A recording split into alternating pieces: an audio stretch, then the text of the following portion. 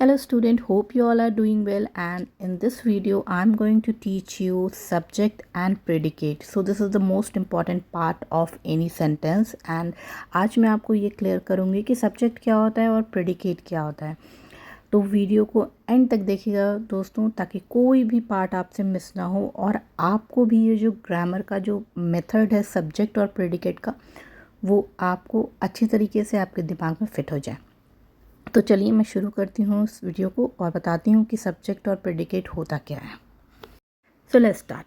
So when we make a sentence we name some person और thing, and second thing we say something about that person और thing.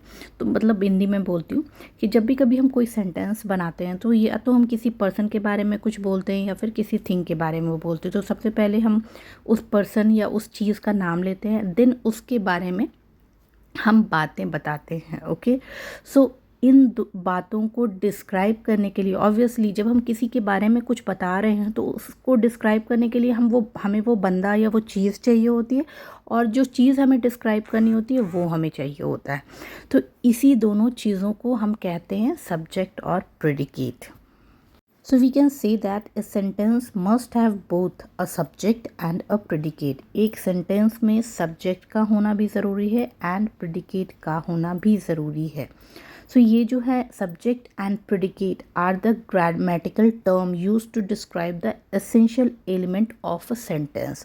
So आप ये कह सकते हैं कि subject और predicate जो है वो essential element है किसी भी sentence का, जो कि subject and predicate को define करता है। तो बच्चों यहाँ तक तो क्लियर हो गया कि हर सेंटेंस का दो पार्ट होते हैं, एक होता है सब्जेक्ट एंड दूसरा होता है प्रेडिकेट। अब बताते हैं कि सब्जेक्ट किसे बोलते हैं एंड प्रेडिकेट किसे बोलते हैं। जो सब्जेक्ट होता है, the part which name the person और thing we are speaking about is called the subject of that sentence. तो जब भी कभी हम कोई सेंटेंस बोलते हैं और उस सेंटेंस में किसी चीज़ के बारे में या किसी पर्सन का नाम, किसी चीज़ का नाम जब हम मेंशन करते हैं तो that name is called the subject of that sentence. इस तो बच्चों जो सब्जेक्ट है वो एक सिंगल वर्ड भी हो सकता है और ग्रुप ऑफ वर्ड भी हो सकता है। तो यहाँ तक तो हमें क्लियर हो गया कि जब हम किसी चीज़ के बारे में या किसी बंदे के बारे में बात कर रहे होते हैं, उस बंदे को या उस चीज़ को हम सब्जेक्ट कहते हैं, उस सेंटेंस का वो सब्जेक्ट होता है। Okay, so it could be a word और अ ग्रुप ऑफ वर्ड, कुछ भी हो सकता है। मैं अभी आपको आगे एग्जांपल से समझाऊंगी। तो यहाँ तक तो क्लियर है, अब आगे बढ़ते हैं। सो अब बारी आती है कि प्रेडिकेट क्या होता है। तो the part which tells something about the subject is called the predicate of the sentence. तो जब जो पार्ट, सेंटेंस का जो पार्ट सब्जेक्ट के बारे में कुछ बतलाता हो उसे हम प्रेडिकेट कहते हैं। तो यहाँ तक बच्चों क्लियर हो चुका है कि सब्जेक्ट किसे कहते हैं या प्रेडिकेट किसे कहते हैं एक सेंटेंस में। तो सब्जेक्ट जो होता है, जब हम किसी चीज़ के या किसी के बारे में बात कर रहे हो तो जिस चीज़ के बारे में हम बात कर रहे हो वो कहलाता है सब्जेक्ट, एंड जो बातें हम कर रहे हैं वो कहलाता है predicate. So we can also say that the statement about the subject is called the predicate. So subject जिसके बारे में बात कर रहे हो वो, और जिसके बारे में हम statement दे रहे हैं वो predicate. The statement is called the predicate and जिसके बारे में statement दिया जा रहा है that is subject. So okay दोस्तों, चलो एग्जाम्पल से समझते हैं। तो यहाँ पर मैंने जो फर्स्ट एग्जाम्पल लिया है वो है my friend lives in Mumbai. Okay, so in this sentence, okay, my friend is the subject of the sentence. Okay, it's clear that my friend is the subject of sentence, and I complete the sentence by making a statement about my friend, and the statement is lives in Mumbai. Okay, so I said that my friend lives in Mumbai. So here lives in Mumbai is the statement which I has given for my friend, and that statement is called the predicate of the sentence. So the subject of the sentence is my friend and the predicate of the sentence is lives in Mumbai. Hope it is clear to you.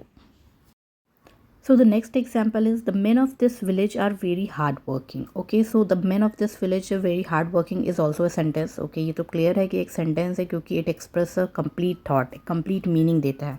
Okay, so the subject of this sentence is the men of this village.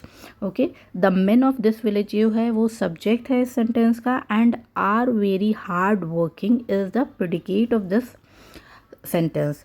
So hope it is clear कि सब sentence का subject और predicate क्या होता है। And एक चीज़ मैं आपको और बता दूं कि सब्जेक्ट जो है किसी भी सेंटेंस का वो हमेशा पहले ही पुट किया जाता है, लेकिन कभी कभार ऐसा होता है कि सब्जेक्ट जो है वो प्रेडिकेट के बाद भी यूज़ करते हैं, बट मोस्टली सब्जेक्ट पहले आता है, देन आफ्टर प्रेडिकेट आता है. So we can lots of example. Just Akbar was a great king. So here Akbar is the subject. Was a great king is the predicate in the sentence. He has a good memory. He is the subject here, and has a good memory is the predicate here. So you can identify what is subject and what is predicate very easily. Don't worry about that. See here comes the bus, this is also a sentence, but यहाँ पर जो predicate है वो पहले आया है और subject जो है वो बाद में आया है. Here comes is the predicate and the bus is the subject here. So ये कभी कभी ऐसा होता है.